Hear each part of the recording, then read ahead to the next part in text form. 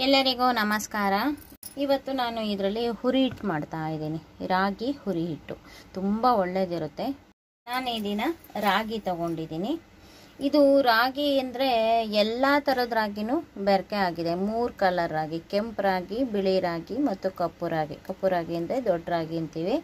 ಕೆಂಪು ರಾಗಿ ಇದೆಯಲ್ಲ ಅದು ಮೀಡಿಯಮ್ಮು। ಇದು ವೈಟ್ ಸಿಪ್ಪೆ ಥರ ಇದೆಯಲ್ಲ ಅದು 3 ತಿಂಗಳು ರಾಗಿ ಅಂತ।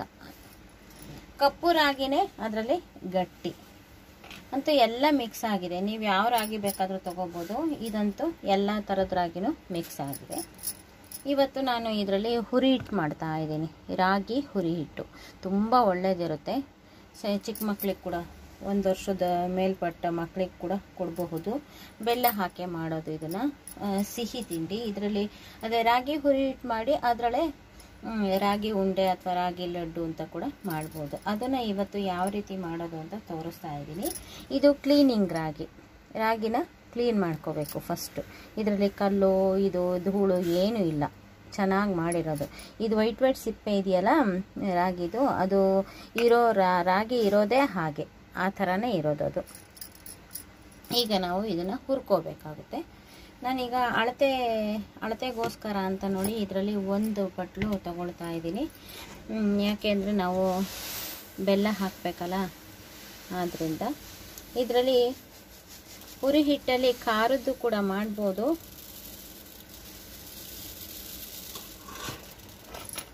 ನೋಡಿ ಇದರಲ್ಲಿ 1 ಬಟ್ಲು ರಾಗಿ ಆಗೋಷ್ಟು ತಗೊಂಡಿದ್ದೀನಿ ನಾನು। ಇದಕ್ಕೆ ನೆಕ್ಸ್ಟ್ ಇದನ್ನು ಹುರಿದ್ಬಿಟ್ಟು ಪುಡಿ ಮಾಡೋಣ। ಪುಡಿ ಮಾಡಿಬಿಟ್ಟು ಇದಕ್ಕೆ ಬೆಲ್ಲ ಎಷ್ಟು ಹಾಕಬೇಕು ಅಂತ ನೋಡೋಣ। ಅದಕ್ಕೆ ತೆಂಗಿನಕಾಯಿ ತುರಿ ಹಾಕ್ಬೋದು, ಇಲ್ಲ ಒಣ ಕೊಬ್ಬರಿ ಹಾಕ್ಬೋದು। ಯಾವ ರೀತಿ ಮಾಡೋದು ಅಂತ ತೋರಿಸ್ತಾ ಇದ್ದೀನಿ। ನಾನು ಗ್ಯಾಸ್ ಆನ್ ಮಾಡಿ ಒಂದು ದಪ್ಪ ತಳದ ಪಾತ್ರೆ ಇಟ್ಟಿದ್ದೀನಿ। ಅರ್ಧ ರಾಗಿನ ಹಾಕ್ಕೊಳ್ತಾ ಇದ್ದೀನಿ, ಅಷ್ಟು ಫುಲ್ ಹಾಕ್ಕೊಳ್ಳೋದು ಬೇಡ। ಅಲ್ಲೊಂದು ಇಲ್ಲೊಂದು ಹರಡಾಗಬೇಕಾದ್ರೆ ಎಲ್ಲ ಹುರಿದಿರುತ್ತೆ, ಆವಾಗ ತೆಗಿಯೋಣ। ಚೆನ್ನಾಗಿ ಹುರ್ಕೋಬೇಕು।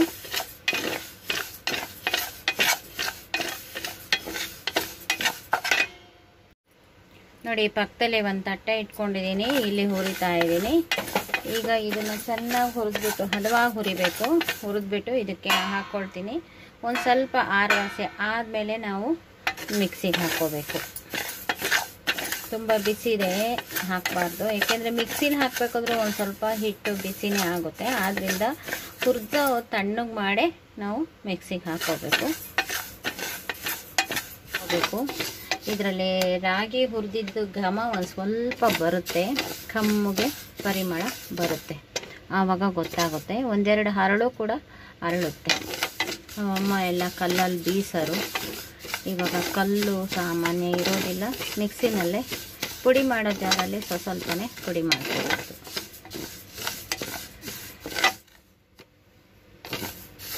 ನೋಡಿ ಇವಾಗ ಒಂದೊಂದು ಅರಳ್ತಾ ಇದೆ, ವೈಟ್ ನೋಡಿ ಇಲ್ಲಿ ಒಂದು ಅರಳಿದೆ। ಇದೇ ಥರ ಚೆನ್ನಾಗಿ ಹುರಿದಿದೆ ಎಲ್ಲ। ಈಗ ಒಂದು ಸ್ವಲ್ಪ ಸೌಂಡು ಕೇಳುತ್ತೆ ಸೂಕ್ಷ್ಮವಾಗಿ। ಈಗ ಸಾಕು ಇಷ್ಟು ಹುರಿದಿದ್ದು, ನಾನು ಇದನ್ನು ಈ ಪಕ್ಕಕ್ಕೆ ಹಾಕ್ಕೊಳ್ತಾ ಇದ್ದೀನಿ। ಇದು ಕರೆಕ್ಟಾಗಿ ಹುರಿದಿದೆ। ಈಗ ಒಂದೊಂದು ಅರಳ್ತಾ ಬಂತು। ಫುಲ್ ಅರಳೋದೇನು ಬೇಡ, ಅರಳಿಬಿಟ್ರೆ ಮತ್ತೆ ತುಂಬ ಒತ್ತದಂಗೆ ಆಗಿಬಿಡುತ್ತೆ ಎಲ್ಲ ಅರಳೋ ಅಷ್ಟೊತ್ತಿಗೆ। ನೋಡಿ ಇಲ್ಲಿ ಒಂದು ವೈಟ್ ಬಂದಿದೆ, ಅದೇ ಥರ ನೋಡಿ। ಈಗ ಮಾಮೂಲಿ ರಾಗಿ ಕಲರ್ಗೂ ಈ ಕಲರ್ಗೂ ಗೊತ್ತಾಗುತ್ತೆ। ನೋಡಿ ಇದೆಷ್ಟು ಕಪ್ಪುಗಾಗಿದೆ, ಇದು ಹುರಿ ಹಿಟ್ಟಿಗೆ ಅಂತ ಹುರಿದಿರೋ ರಾಗಿ, ಇದು ಮಾಮೂಲಿ ರಾಗಿ। ಈಗ ಮತ್ತೆ ಇನ್ನು ಉಳಿದಿದ್ದ ರಾಗಿನೂ ಕೂಡ ಇದೇ ರೀತಿ ಹುರ್ಕೋತಾ ಇದ್ದೀನಿ। ಇವಾಗ ಈ ಸಲ ಬೇಗ ಆಗುತ್ತೆ, ಯಾಕೆಂದರೆ ಕಾವಿರುತ್ತಲ್ಲ ಆದ್ದರಿಂದ। ನೋಡಿ ರಾಗಿ ಹುರಿದಾಗಿದೆ, ಇದೆಲ್ಲ ಒಂದು ಸ್ವಲ್ಪ ತಣ್ಣಗಾಗಬೇಕು, ತುಂಬ ಬಿಸಿ ಇರುತ್ತೆ ಮಿಕ್ಸಿಗೆ ಹಾಕಲಿಕ್ಕೆ। ಅಷ್ಟೊತ್ತಿಗೆ ವಾಷಿಂಗ್ ಮಿಷಿನಿಗೆ ಬಟ್ಟೆ ಹಾಕಿದ್ದೀನಿ, ಅದನ್ನು ಕ್ಲಿಯರ್ ಮಾಡ್ಕೊಂಬರೋ ಅಷ್ಟೊತ್ತಿಗೆ ತಣ್ಣಗಾಗಿರುತ್ತೆ, ಆನಂತರ ಪುಡಿ ಮಾಡ್ತೀನಿ। ನೋಡಿ ರಾಗಿ ಹುರಿದಿದ್ದು ತುಂಬ ತಣ್ಣಗಾಗಿದೆ, ಇದೇ ರೀತಿ ಇರಬೇಕು। ಇದರಲ್ಲೂ ಕೂಡ ನೀರಿನ ಅಂಶ ಇಲ್ದಂಗೆ ಒರೆಸ್ಕೊಂಡಿದ್ದೀನಿ। ನೋಡಿ ಇವಾಗ ರಾಗಿ ಹಾಕ್ಕೊಳ್ತಾ ಇದ್ದೀನಿ। ಇದು ಪುಡಿ ಮಾಡೋಕ್ಕೆ ಎಷ್ಟು ಇಡಿಸುತ್ತೋ ಅಷ್ಟೇ ಹಾಕ್ಕೊಂಡು ತುಂಬ ನುಣ್ಣಗೆ ಪುಡಿ ಮಾಡ್ಕೋಬೇಕು। ನೋಡಿ ಇದರಲ್ಲಿ 1 ಬಟ್ಲು ತಗೊಂಡಿದ್ದೆ ಹುರಿಯೋದಕ್ಕಿಂತ ಮುಂಚೆ, ಈಗ ಅರ್ಧ ಬಟ್ಲನ್ನ ಈಗ ಈ ಜಾರಿಗೆ ಹಾಕೊಂಡಿದ್ದೀನಿ। ನೋಡಿ ನುಣ್ಣಗೆ ಪುಡಿ ಆಯ್ತು, ಜರಡಿ ಹಿಡಿಯುವಂತ ಅವಶ್ಯಕತೆನೇ ಇಲ್ಲ, ಅಷ್ಟು ಸಣ್ಣಗೆ ಪುಡಿ ಆಗಿದೆ. ಇದು ಅರ್ಧ ನಿಮಿಷ ಆಯ್ತು, ಅಂದ್ರೆ 30 ಸೆಕೆಂಡ್ ಒಳಗಡೆ ಇಷ್ಟು ಸಣ್ಣದಾಗಿ ಪುಡಿ ಆಯ್ತು. ಈಗ ಇದನ್ನು ಹಾಕೊಂಡ್ರೆ 1 ನಿಮಿಷ ಆಗುತ್ತೆ, ಪರವಾಗಿಲ್ಲ. ಅಂದ್ರೆ ನಾವು ತುಂಬಾ ಸೇರ್ಗಟ್ಲೆ ಮಾಡೋದಾದ್ರೆ ನೀವು ಮಾಡಿ 1-2 ನಿಮಿಷ ಕಂಟಿನ್ಯೂಸ್ ಆಗಿ ರನ್ ಮಾಡಿ, ಆಮೇಲೆ ಅದು ತಣ್ಣಗಾದ್ಮೇಲೆ ಇನ್ನೊಂದು ಸ್ವಲ್ಪ ಹೊತ್ತು ಬಿಟ್ಟು ಮಾಡಿ. ಕಂಟಿನ್ಯೂಸ್ ಆಗಿ ಅರ್ಧ ಗಂಟೆ 1/4 ಗಂಟೆ ತನಕ ಮಿಕ್ಸಿ ಆಡಿಸ್ಬಾರ್ದು. ನೋಡು, ಹಿಟ್ಟು ಒಂದ್ ಸ್ವಲ್ಪ ಬಿಸಿ ಆಗಿದೆ, ಅದಕ್ಕೆ ಹಾಕೊಳ್ತಾ ಇದ್ದೀನಿ. ಅಕಸ್ಮಾತ್ ಎತ್ತಿಡೋದಾದ್ರೆ ನೋಡಿ ಎಷ್ಟು ಚೆನ್ನಾಗಿದೆ, ಎಷ್ಟು ಘಮ ಬರ್ತಾ ಇದೆ ಗೊತ್ತಾ, ಸಖತ್ತಾಗಿದೆ.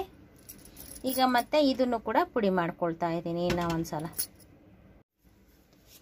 ನೋಡಿ ಇದು ಕೂಡ ಆಯ್ತು.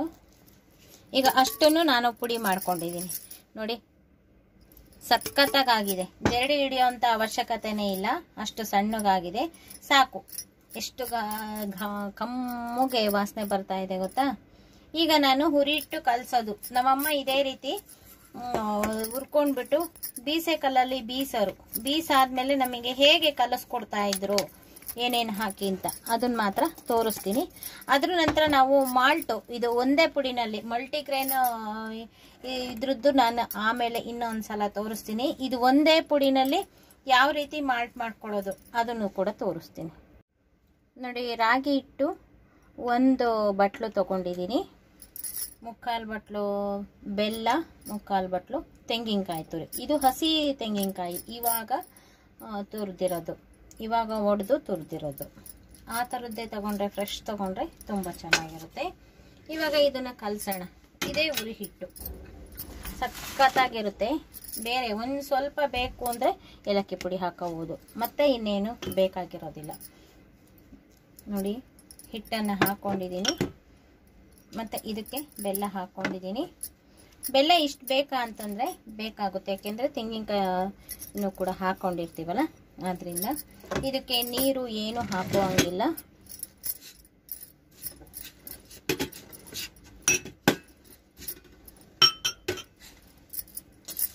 ತೆಂಗಿನಕಾಯಿನಲ್ಲಿ ನೀರು ಇರುತ್ತಲ್ಲ ಅಷ್ಟೇ ಸಾಕಾಗುತ್ತೆ. ಅದ್ರ ಜೊತೆಗೆ ಬೆಲ್ಲ ಬೇರೆ ಇರುತ್ತಲ್ಲ, ತುಂಬ ಚೆನ್ನಾಗಾಗುತ್ತೆ. ನೋಡಿ ಎಷ್ಟು ಚೆನ್ನಾಗಾಗುತ್ತೆ. ಈ ರೀತಿ ಕಲಿಸ್ಕೊಂಡು ಬಟ್ಲಿಗೆ ಹಾಕ್ಕೊಟ್ರೆ ಮಕ್ಕಳು ತುಂಬ ಚೆನ್ನಾಗಿ ತಿಂತಾರೆ. ಸಖತ್ತಾಗಿರುತ್ತೆ, ಹೆಲ್ದಿ ಆಗಿರುತ್ತೆ, ಟೇಸ್ಟು ಕೂಡ ತುಂಬ ಚೆನ್ನಾಗಿರುತ್ತೆ.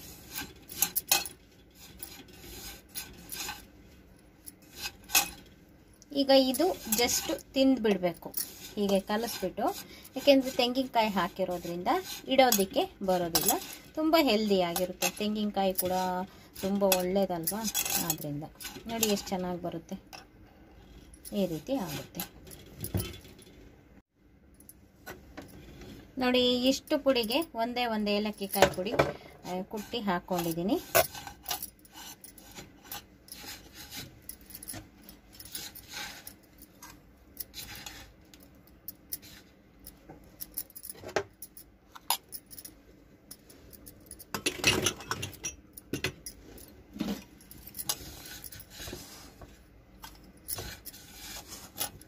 ನೋಡಿ, ಬೆಳಗಿನ ತಿಂಡಿ ಕೊಡ್ತೀರಲ್ಲ, ಇದನ್ನು ಕೊಟ್ಬಿಟ್ಟು 1 ಲೋಟ ಹಾಲು ಕುಡಿದ್ಬಿಟ್ರೆ ಸಖತ್ತಾಗಿರುವಂಥ ತಿಂಡಿ ಕೂಡ ಆಗುತ್ತೆ. ನೋಡಿ ಎಷ್ಟು ಚೆನ್ನಾಗಿದೆ ರಾಗಿ ಹುರಿ ಹಿಟ್ಟು. ನಾನೀಗ ಇದರಲ್ಲೇ ಇದು ನೋಡಿ ತಿಂದು ನೋಡಿದರೆ ತುಂಬ ಟೇಸ್ಟ್ ಆಗಿರುತ್ತೆ, ಸಖತ್ತಾಗಿರುತ್ತೆ. ನೋಡಿ ಎಷ್ಟು ಚೆನ್ನಾಗಿದೆ ಗೊತ್ತಾ. ಈಗ ಇದೇ ಹುರಿ ಹಿಟ್ಟಲ್ಲಿ ಈಗ ಮಾಲ್ಟು ಯಾವ ರೀತಿ ಮಾಡ್ಕೋಬೇಕು ಅಂತ ತೋರಿಸ್ತೀನಿ. ಹಾಲು ಯಥೇಚ್ಛವಾಗಿ ಹಾಲನ್ನು ಬಳಸ್ಬಿಟ್ಟು ಮಾಡ್ಕೋಬೇಕು. ಮತ್ತು ಅದರಲ್ಲೇ ಗಂಜಿ ಅಂಬ್ಲಿ ಅಂತ ಹೇಳ್ತೀವಲ್ಲ, ಹುರಿ ಹಿಟ್ಟಿನ ಅಂಬ್ಲಿ, ಅದನ್ನು ಕೂಡ ಈಗ ಮಾಡ್ತಾ ಇದ್ದೀನಿ. ನಾನೀಗ ಜಸ್ಟ್ ತಿನ್ನಲಿಕ್ಕೋಸ್ಕರ ಹಸಿ ತೆಂಗಿನಕಾಯಿ ಹಾಕಿ ಕಲಿಸ್ಕೊಂಡು ತಿನ್ನೋದನ್ನು ತೋರಿಸಿದ್ದೀನಿ. ಈಗ ನೋಡಿ, ನಾಳೆ ಅಥವಾ ಯಾವಾಗಲಾರು ಮಕ್ಕಳು ಬರ್ತಿರ್ತಾರೆ, ಆವಾಗ ತಿನ್ನಲಿಕ್ಕೆ ಅಂತ ಉಂಡೆ ಮಾಡಿ ಇಡ್ಬೋದು. ಅದನ್ನು ಯಾವ ರೀತಿ ಮಾಡೋದು ಅಂತ, ಅದಕ್ಕೆ ಹಸಿ ತೆಂಗಿನಕಾಯಿ ಹಾಕಬಾರ್ದು. ನೋಡಿ, ಒಣ ಕೊಬ್ಬರಿ ಪುಡಿ ಈ ಥರ ಸಣ್ಣದಾಗಿ ಪುಡಿ ಮಾಡಿ ಇಟ್ಕೋಬೇಕು. ಅರ್ಧ ಬಟ್ಲು ಒಣ ಕೊಬ್ಬರಿ ಪುಡಿ ತಗೊಂಡಿದ್ದೀನಿ. 1 ಬಟ್ಲು ರಾಗಿ ಹಿಟ್ಟು, ಅಂದರೆ ಹುರಿ ಹಿಟ್ಟು, ರಾಗಿ ಹುರಿದು ಪುಡಿ ಮಾಡಿರೋದು. ನೋಡಿ ಇದರಲ್ಲಿ 3/4 ಬಟ್ಲು ಬೆಲ್ಲ ತಗೊಂಡಿದ್ದೀನಿ. ಬೆಲ್ಲನ ಚೆಚ್ಚಿ ಪುಡಿ ಮಾಡ್ಕೊಬೇಡಿ, ಇಲ್ಲಿಗೆ ಮನೆಯಲ್ಲಿ ಸಣ್ಣದಾಗಿ ಹೆಚ್ಕೊಂಡಿದ್ದೀನಿ, ಸಣ್ಣದಾಗಿ ಪುಡಿ ಆಗಬೇಕು. ನೋಡಿ ಈ ರೀತಿ ಮಾಡ್ಕೊಂಡಿದ್ದೀನಿ. ಇದಕ್ಕೂ ಕೂಡ 1 ಏಲಕ್ಕಿ ಪುಡಿನ, ಈ ಕ್ವಾಂಟಿಟಿಗೆ 1 ಏಲಕ್ಕಿ ಪುಡಿ ಸಾಕಾಗುತ್ತೆ. ಇದನ್ನೆಲ್ಲ ಚೆನ್ನಾಗಿ ಮಿಕ್ಸ್ ಮಾಡ್ಕೊಳ್ಳೋಣ. ನಾವು ಹೋದ್ಸಲ ಕಲಸಿದ್ರಲ್ಲಿ ತೆಂಗಿನಕಾಯಿ ಹಸಿ ಅಂಶ ಇರ್ತಿತ್ತು, ಆದ್ದರಿಂದ ಇದು ಒಂದು ಸ್ವಲ್ಪ ಮುದ್ದೆ ಮುದ್ದೆ ಥರ ಆಗೋದು. ಈಗ ಆ ಥರ ಆಗೋದಿಲ್ಲ, ಒಣ ಕೊಬ್ಬರಿ ಹಾಕ್ಕೊಂಡಿರೋದ್ರಿಂದ ಈಗ ಒಂದೊಂದೇ ಸ್ವಲ್ಪ ಹಾಲನ್ನು ಹಾಕಿ ಕಲಿಸ್ತಾ ಹೋಗಬೇಕು. ನಾವು ರವೆ ಉಂಡೆ ಕಲಿಸ್ತೀವಲ್ಲ ಆ ಥರ ಬಿಸಿ ಹಾಲು ಹಾಕ್ತೀವಿ ರವೆ ಉಂಡೆಗೆ. ಇದರಲ್ಲಿ ಬಿಸಿ ಹಾಲೇನು ಬೇಡ, ಒಂದೊಂದೇ ಚಮಚ ಹಾಕ್ಕೊಂಡು ನೋಡಿಕೊಂಡು ಹಾಕ್ಕೋಬೇಕು. ತೀರಾ ಜಾಸ್ತಿ ಹಾಕ್ಕೊಂಡ್ರೆ ಮೆತ್ತಗಾಗೋಗ್ಬಿಡುತ್ತೆ. ಉಂಡೆ ಕಟ್ಟಲಿಕ್ಕೆ ಹದವಾಗಿ ಹೇಗೆ ಬರುತ್ತೆ, ಯಾವ ರೀತಿ ಬರುತ್ತೋ ಅಷ್ಟು ಮಾತ್ರ ಹಾಕ್ಕೋಬೇಕು. ನೋಡಿ ಈ ರೀತಿ ಮಾಡ್ತೀವಲ್ಲ, ಉಂಡೆ ಕಟ್ಟಿ ಹಿಂಗೆ ಒಡೆದೋಗ್ಬಾರ್ದು. ಉಂಡೆ ಕಟ್ಟಿದರೆ ಉಂಡೆ ಥರನೇ ಇರಬೇಕು. ಅಷ್ಟು ಹಾಲನ್ನು ಹಾಕ್ಕೊಳ್ತಾ ಇದ್ದೀನಿ. ಹಾಕ್ಕೊಂಡು ನೋಡಿಕೊಂಡು ಹಾಕ್ಕೋಬೇಕು ಹಾಲು.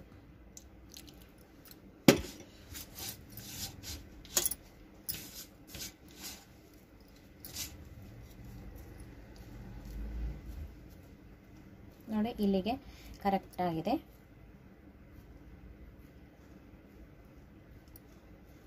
ನೋಡಿ ಈ ಥರ ಲಾಡು ಬರೋ ಥರ ಮಾಡ್ಕೋಬೇಕು. ಈಗ ನೋಡಿ ಇದು ಇನ್ನೂ ಒಂದು ಸ್ವಲ್ಪ ಒಣದಂಗೆ ಇದೆ.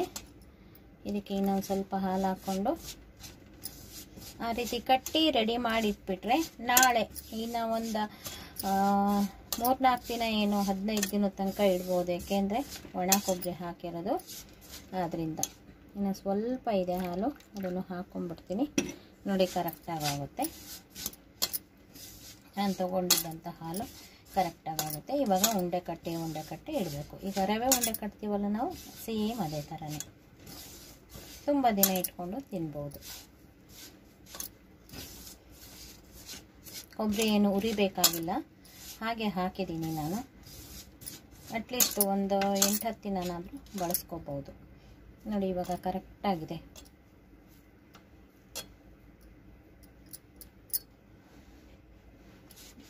ನೋಡಿ ಇದನ್ನು ಎಲ್ಲ ಉಂಡೆ ಕಟ್ಟಿ ರೆಡಿ ಮಾಡ್ಕೊಳ್ತೀನಿ. ನೋಡಿ ಅಷ್ಟನ್ನು ಉಂಡೆ ಕಟ್ಟಿದ್ದೀನಿ. ನೋಡಿ ಈ ಥರ ಉಂಡೆ ತಿಂದ್ಬಿಟ್ಟು 1 ಲೋಟ ಹಾಲು ಕುಡಿದ್ಬಿಟ್ರೆ ಮಕ್ಕಳಿಗೆ ಟಿಫನ್ ಆದಂಗೆ ಆಗುತ್ತೆ. ಸಂಜೆ ಹೊತ್ತಾದರೂ ಕೊಡ್ಬೋದು. ತುಂಬ ಚೆನ್ನಾಗಿರುತ್ತೆ, ಆರೋಗ್ಯಪೂರ್ಣವಾಗಿರುತ್ತೆ. ನೋಡಿ ಇನ್ನೂ ಅರ್ಧ, ಇದರಲ್ಲಿ 1 ಬಟ್ಲು ರಾಗಿ ತೊಗೊಂಡಿದ್ದೆ. ಈಗ ಇದರಲ್ಲಿ 1 ಬಟ್ಲು, ನೋಡಿ ಈ ಬಟ್ಲು ನಂತರ ಸೇಮ್ ಬಟ್ಲು ತೊಗೊಂಡಿದ್ದೀನಲ್ಲ, ಇದರಲ್ಲಿ 1 ಬಟ್ಲದ್ದು ಹಸಿ ತೆಂಗಿನಕಾಯಿ ಹಾಕಿ ಕಲಸಿರೋದು, ಒಂದು ಉಂಡೆ ಮಾಡಲಿಕ್ಕೆ ಒಣ ಕೊಬ್ಬರಿ ಹಾಕಿ ಕಲಸಿರೋದು, ಎರಡನ್ನೂ ತೋರಿಸಿ ಇನ್ನು ಅರ್ಧ ಬಟ್ಲು ರಾಗಿ ಹುರಿ ಇಟ್ಟಿದೆ.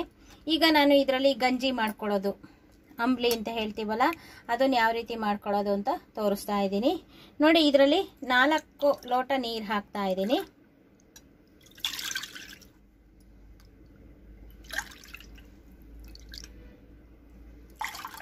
ಇದು ಮಾಲ್ಟು ಮತ್ತು ಗಂಜಿಗೆ ಎರಡಕ್ಕೂ ಸೇರಿ 4 ಲೋಟ ನೀರು ಹಾಕಿದ್ದೀನಿ.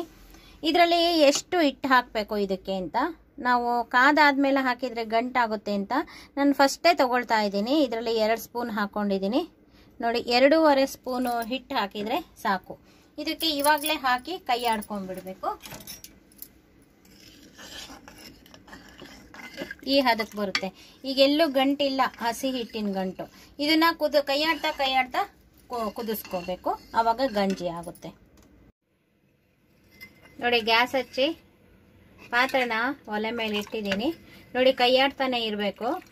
ಹಿಂಗೊಂದು ಸ್ವಲ್ಪ ಹೊತ್ತು ಬಿಟ್ಬಿಟ್ರೆ ಮೇಲ್ಗಡೆ ತಿಳಿ ನೀರು ನಿಂತ್ಕೊಂಡು ಕೆಳಗಡೆ ಈ ಥರ ಗಟ್ಟಿ ನಿಂತ್ಕೊಂಡ್ಬಿಡುತ್ತೆ. ಆದ್ರಿಂದ ನಾವು ಕೈ ಆಡ್ತಾನೆ ಇರಬೇಕು.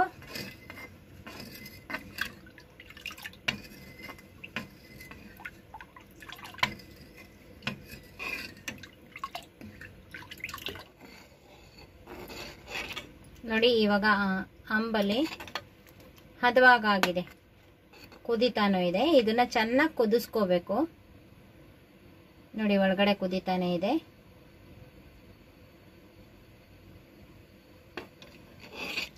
ನೋಡಿ ಈ ರೀತಿ ಚೆನ್ನಾಗಿ ಮರಳಿಸ್ಕೋಬೇಕು. ಆವಾಗ ಬಂಟಾಗಿ ಚೆನ್ನಾಗಾಗುತ್ತೆ ನೋಡಿ. ಇದು ಕೂಡ ಹದವಾಗಿದೆ, ತೀರಾ ಗಟ್ಟಿಗೆ ಮಾಡ್ಕೋಬಾರ್ದು. ಇಷ್ಟೇ ಅದಕ್ಕಿದ್ರೆ ತಣ್ಣಗೆ ಮಾಡ್ಕೋಬೇಕಲ್ಲ, ತಣ್ಣಗೆ ಮಾಡ್ಕೊಂಡಾಗ ಒಂದು ಸ್ವಲ್ಪ ಮಂದಕ್ಕೆ ಬಂದಂಗೆ ಆಗುತ್ತೆ, ಅವಾಗ ಚೆನ್ನಾಗಾಗುತ್ತೆ.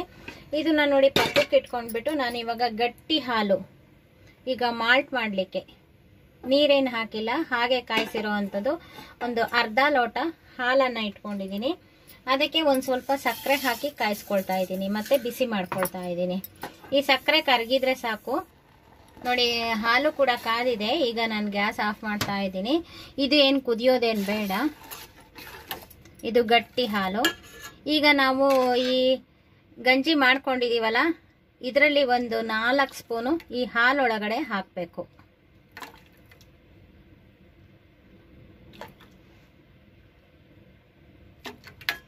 ನೋಡಿ ಇಷ್ಟನ್ನು ಹಾಕಿದ್ದೀನಿ. ಇದಕ್ಕೆ ಸಕ್ಕರೆ ಎಲ್ಲ ಹಾಕಿದ್ದೀವಿ. ಇದು ಮಕ್ಕಳಿಗೆ ಕೊಡಲಿಕ್ಕೆ ತುಂಬ ಚೆನ್ನಾಗಿರುತ್ತೆ. ಒಂದು ಸ್ವಲ್ಪ ತಣಿಸಿ, ಒಂದು ಸ್ವಲ್ಪ ಬೆಚ್ಚಗಿರುತ್ತಲ್ಲ ಆವಾಗ ಕೊಡ್ಬೋದು. ನಾವು ರಾಗಿ ಅಂಶನೇ ಜಾಸ್ತಿ ಕೊಡ್ಬೇಕು. ಇದು ಯಥೇಚ್ಛವಾಗಿ ಲಾಟ್ ಆಫ್ ಮಿಲ್ಕ್ ಹಾಕಿ ಕೊಟ್ಟಿರ್ತೀವಿ ಅಂತ ಅನ್ಕೊಂಡಿರ್ತೀವಿ.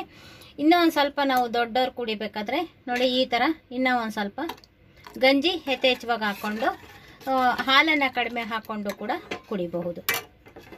ಇದು ನೋಡಿ ಮಾಲ್ಟ್. ಈಗ ಈ ಗಂಜಿನ ತಣ್ಣಗೆ ಮಾಡಿಕೊಂಡು ಇದಕ್ಕೆ ಏನೇನು ಹಾಕೋಬೇಕು ಶುಗರ್ನವರು ಅಂತ ಹೇಳ್ತಾ ಇದ್ದೀನಿ. ಇದಕ್ಕೇನು ಹಾಕಿಲ್ಲ, ಸಕ್ಕರೆ ಉಪ್ಪು ಏನು ಹಾಕಿಲ್ಲ. ಈಗ ಉಪ್ಪು ಹಾಕೋಣ. ಇದಕ್ಕೆ ಈ ಗಂಜಿಗೆ ಸಾಕಾಗುವಷ್ಟು ಉಪ್ಪನ್ನು ಹಾಕಿದ್ದೀನಿ. ಉಪ್ಪು ಹಾಕಿ ಕೈಯಾಡ್ತಾ ಇದ್ದೀನಿ. ಇದು ಒಂದು ಸ್ವಲ್ಪ ತಣ್ಣಗಾಗೋಕ್ಕೆ ಒಂದು ತಟ್ಟೆಗಾರು ಹಾಕಿಡ್ಬೋದು, ಇಲ್ಲ ಇದರಲ್ಲೇ ಇದ್ರೂ ಓಕೆ. ಇದು ತಣ್ಣಗಾಗಲಿ ನೋಡಿ. ಮಾಲ್ಟ್ ಕೂಡ ರೆಡಿಯಾಗಿದೆ. ಮಾಲ್ಟನ್ನು ಲೋಟಕ್ಕೆ ಹಾಕಿ ಕುಡಿಯೋದಕ್ಕೆ ಕೊಡ್ಬೋದು. ಇದು ರೆಡಿ ಇದೆ. ಇದಕ್ಕೆ ಸಾಕಾಗುವಷ್ಟು ಸಕ್ಕರೆ ಹಾಕೋಬಹುದು. ಸಕ್ಕರೆ ಹಾಕಳ್ದೆ ಹೋದವರು ಶುಗರ್ನವ್ರು ಇದ್ರೆ ಕುಡಿಬೇಕು ಅಂದರೆ ಸ್ವಲ್ಪ ಹಾಲಿನ ಪ್ರಮಾಣ ಕಡಿಮೆ ಮಾಡಿಕೊಂಡು ಶುಗರ್ ಫ್ರೀ ಹಾಕೊಂಡು ಕೂಡ ಕುಡಿಬಹುದು. ನೋಡಿ ಮಾಡಿದ ಗಂಜಿ ಒಂದು ಸ್ವಲ್ಪ ಆರಿದೆ, ಒಂದು ಸ್ವಲ್ಪ ಗಟ್ಟಿಗೂ ಕೂಡ ಆಗಿದೆ. ಚೆನ್ನಾಗೇ ಇದೆ, ತೀರಾ ಗಟ್ಟಿಗಾಗಿಲ್ಲ, ಒಂದು ಸ್ವಲ್ಪ ಮಂದ ಆದಂಗಾಗಿದೆ, ಅಷ್ಟು ತಿಳಿ ಇಲ್ಲ. ಈಗ ನೋಡಿ ಅದಕ್ಕೆ ನಾನು ಒಂದು 3/4 ಕಪ್ ಅಷ್ಟು ಮೊಸರು ತಗೊಂಡಿದ್ದೀನಿ, ಒಂದು ಸಣ್ಣದಾಗಿ ಹೆಚ್ಕೊಂಡಿರೋ ಈರುಳ್ಳಿ, ಮತ್ತೆ ಒಂದು ಸ್ವಲ್ಪ ಕೊತ್ತಂಬರಿ ಸೊಪ್ಪು. ಇದನ್ನೆಲ್ಲ ಹಾಕಿ ಇದನ್ನ ತುಂಬ ಚೆನ್ನಾಗಿ ರುಚಿಕಟ್ಟಾಗಿ ಮಾಡಿಕೊಂಡು ತಿನ್ಬೋದು. ಇದನ್ನ ಒಂದು 2 ತಿನ್ಬೋದು ಈ ಗಂಜಿನ, ಅಷ್ಟಾಗುತ್ತೆ. ನೋಡಿ ಮೊಸರು ಹಾಕಿದ್ದೀನಿ. ಮೊಸರು ಹಾಕೋಕ್ಕಾಗಲ್ಲ ಶುಗರ್ನವರು ಅಂತಂದರೆ ಒಂದು ಸ್ವಲ್ಪ ಇದನ್ನ ನೀರು ಹಾಕಿ ಕಡ್ದ್ಬಿಟ್ಟು ಒಂದು ಸ್ವಲ್ಪ ಗಟ್ಟಿ ಮಜ್ಜಿಗೆ ಥರ ಮಾಡಿಕೊಂಡು ಹಾಕ್ಕೊಳ್ಳಿ. ಈ ಥರ ಮಾಡಿದರೆ ತುಂಬ ಚೆನ್ನಾಗಿರುತ್ತೆ. ಮೊಸರು ಹಾಕ್ಕೊಂಡ್ರೆ ತುಂಬ ಚೆನ್ನಾಗಿರುತ್ತೆ. ನನಗಂತೂ ಇದು ತುಂಬ ಫೇವ್ರೇಟು, ತುಂಬ ಇಷ್ಟಪಟ್ಟು ತಿಂತೀನಿ. ಸಖತ್ತಾಗಿರುತ್ತೆ ಇದು. ಮತ್ತು ಹುಳಿ ಮೊಸರು ಹಾಕೋಕೆ ಹೋಗ್ಬಿಡಿ, ಚೆನ್ನಾಗಿರೋಂಥ ಮೊಸರು ಹಾಕಿ. ನೋಡಿ ಒಂದು ಈರುಳ್ಳಿ ಹಾಕ್ತಾ ಇದ್ದೀನಿ, ಸಣ್ಣದಾಗಿ ಹೆಚ್ಕೊಂಡು ಹಾಕ್ತಾ ಇದ್ದೀನಿ.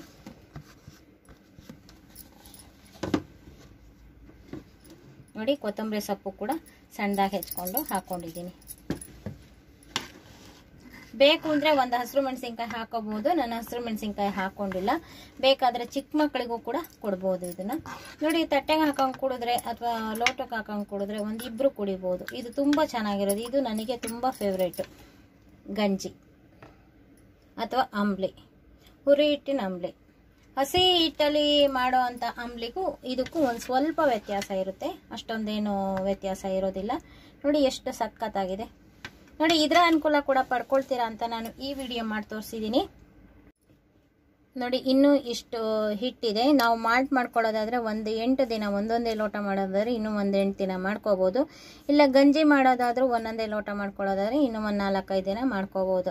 ಈ ರೀತಿ ಒಂದು 8 ದಿನಕ್ಕೆ ಒಂದು ಬಟ್ಲು ರಾಗಿ ಹುರಿದು ಪುಡಿ ಮಾಡಿಟ್ಕೊಂಡ್ರೆ ಚೆನ್ನಾಗಿರುತ್ತೆ. ಇಲ್ಲ ಅಂದರೆ ಒಂದು ವಾರಕ್ಕೆ 1 ತಿಂಗಳಿಗೆ ಆಗೋಷ್ಟು ಬೇಕಾದರೂ ಮಾಡ್ಕೋಬೋದು. ಒಂದು ಅರ್ಧ ಸೇರು ಪುಡಿನ ಅದು ಯಾವ ರೀತಿ ಬೇಕಾದರೂ ಬಳಸ್ಕೋಬೋದು. ಇನ್ನು ನೆಕ್ಸ್ಟ್ ವಿಡಿಯೋದಲ್ಲಿ ನಾನು ಮಲ್ಟಿಗ್ರೇನ್ ರಾಗಿ ಹುರಿ ಹಿಟ್ಟು ತೋರಿಸ್ತೀನಿ. ಇದು ಒಂದೇ ರಾಗಿ ಉಪಯೋಗಿಸಿ ಹುರಿ ಹಿಟ್ಟು ಮಾಡಿ ಎಷ್ಟು ಸೊಗಸಾದಂಥ ರೆಸಿಪಿಗಳನ್ನು ತೋರಿಸಿದ್ದೀನಿ. ಮಲ್ಟಿಗ್ರೇನ್ ಹುರಿ ಹಿಟ್ಟಲ್ಲಿ ಏನೇನು ಮಾಡ್ಬೋದು ಅಂತ ತೋರಿಸ್ತೀನಿ. ಅದಕ್ಕೆ ಡ್ರೈ ಫ್ರೂಟ್ಸ್ ಎಲ್ಲ ಹಾಕ್ಬೋದು, ಅದನ್ನೆಲ್ಲ ತೋರಿಸ್ತೀನಿ. ಈಗ ಈ ವಿಡಿಯೋ ನಿಮಗೆ ಇಷ್ಟ ಆಗಿದ್ರೆ ಲೈಕ್ ಮಾಡಿ, ಸಾಕಷ್ಟು ಜನರಿಗೆ ಶೇರ್ ಮಾಡಿ. ನೀವು ಇನ್ನೂ ನಮ್ಮ ಚಾನಲ್ಗೆ ಸಬ್ಸ್ಕ್ರೈಬ್ ಆಗಿಲ್ಲ ಅಂದರೆ ಹೊಸದಾಗಿ ಬಂದಿದ್ರೆ ಈಗ ಸಬ್ಸ್ಕ್ರೈಬ್ ಆದರೆ ನಿಮ್ಮ ದಿನನಿತ್ಯದ ಅನುಕೂಲಕ್ಕೆ ಬರುವಂತಹ ವಿಡಿಯೋಗಳನ್ನೇ ನಾನು ಮಾಡ್ತಾ ಇರ್ತೀನಿ. Thank you for watching.